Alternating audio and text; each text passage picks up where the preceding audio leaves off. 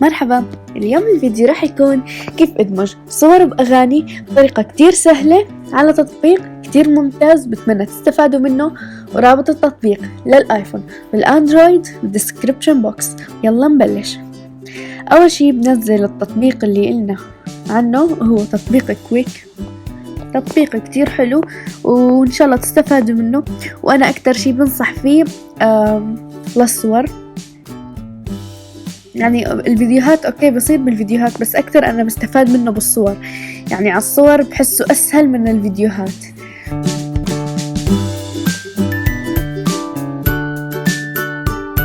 بس ان شاء الله بالفيديوهات الجاية رح اعطيكم تطبيق للفيديوهات لتعدلوا عليه الفيديوهات. يلا نبلش. اول ما تفتحوا التطبيق رح تطلع لكم هاي الصفحة، وهون اللي حيكونوا كاتبين قصصي وهي الفيديوهات اللي انا عملتها.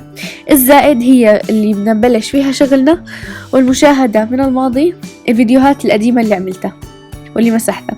اول شي بكبس على علامة الزائد، رح تفتح لي هاي الصفحة. بنختار مجموعة من الصور. انا بدي هاي، انتوا بتقدروا تختاروا يعني عدد كبير من الصور، ما في مشكلة. انا هلا اخترت 14. حط اضافة. استنى.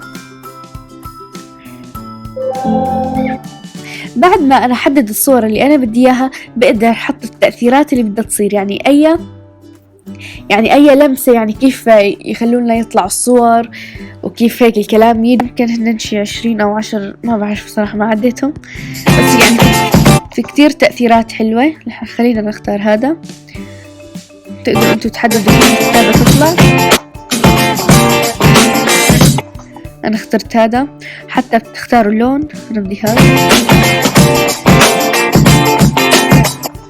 بعد ما اخلص رسوم الجرافيك والخط بحط موافق. خلينا نشوفه.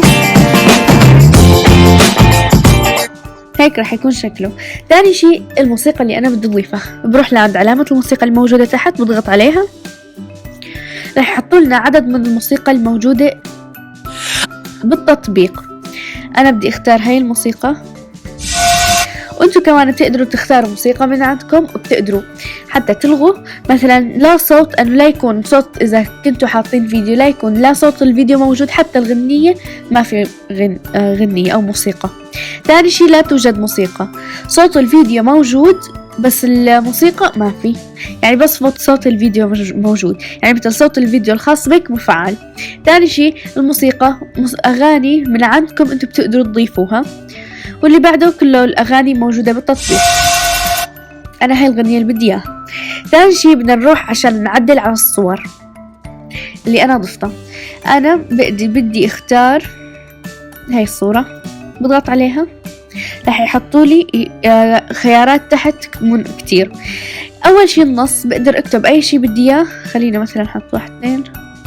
حتى بتقدروا تضيفوا اضافات تحت، يعني مثلا انا بدي اضيف بيت هيك، او تقدروا تحذفوها من الحذف. ثاني شيء الحذف. ثالث شيء الضبط، وهي اني كبر الصورة او صغرها. انا ما بدي اعمل فيها شيء. حط على التعيين، حط موافق. رابع شيء انه التركيز، انه اكتر شيء وين يكون مركز الصورة، يعني شو تكون اوضح، ما الذي تريد ان تراه، يعني شو يكون اكتر شيء واضح.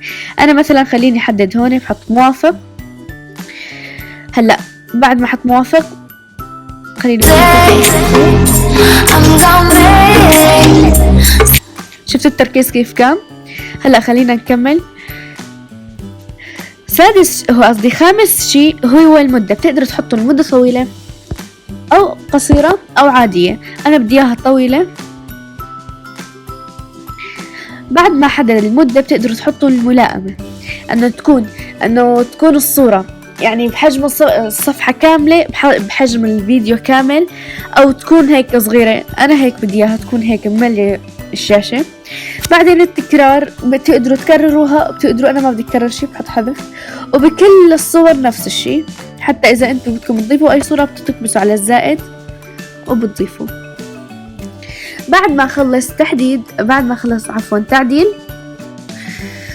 بنحط موافق. هيك بكون خلصت عدلت على هاي الصورة. بعدين هو تنسيق الفيديو أو تنسيق الفيديو. تنسيق الفيديو يعني مثلا بقدر أحطه عمودي أو مربع أو سينمائي.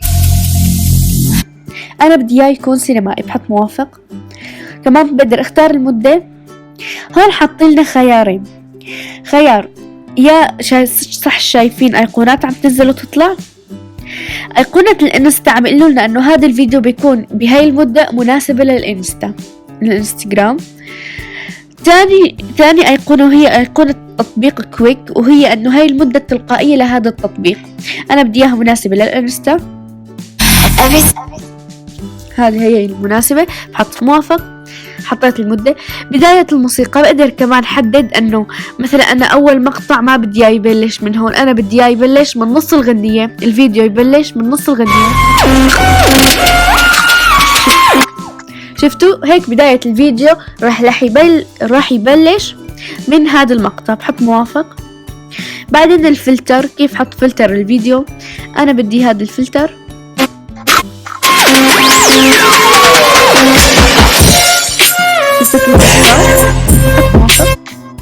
شفتوا هيك كيف صار لون الفيديو. يعني هذا التطبيق كتير مفيد وبنصح فيه أكتر شيء للصور، وكمان بتقدروا تعدلوا عليه فيديوهات، ما في مشكلة، بس هذا بنصح أكتر شيء للصور. وإن شاء الله بالفيديوهات الجاية رح أعطيكم تطبيق كيف تشتغلوا عليه، تشتغلوا على الفيديوهات. بعد ما خلص حدد التطبيق واشتغل عليه بحط حفظ. بتقدروا تنسخ رابط الفيديو، يعني كتير أماكن بتقدروا أنتوا تحفظوا فيها. يا بتقدروا تحطوا ستوري للإنستغرام، لا يا بتحطوا بوست بالإنستغرام، يا بتبعتوه للواتس أو المسج أو بالإيميل. أنا بدي أحفظه بمكتبة الصور. نستنى.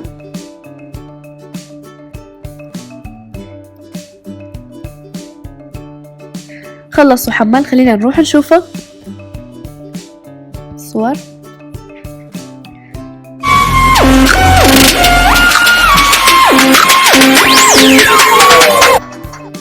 هذا هو الفيديو كامل موجود.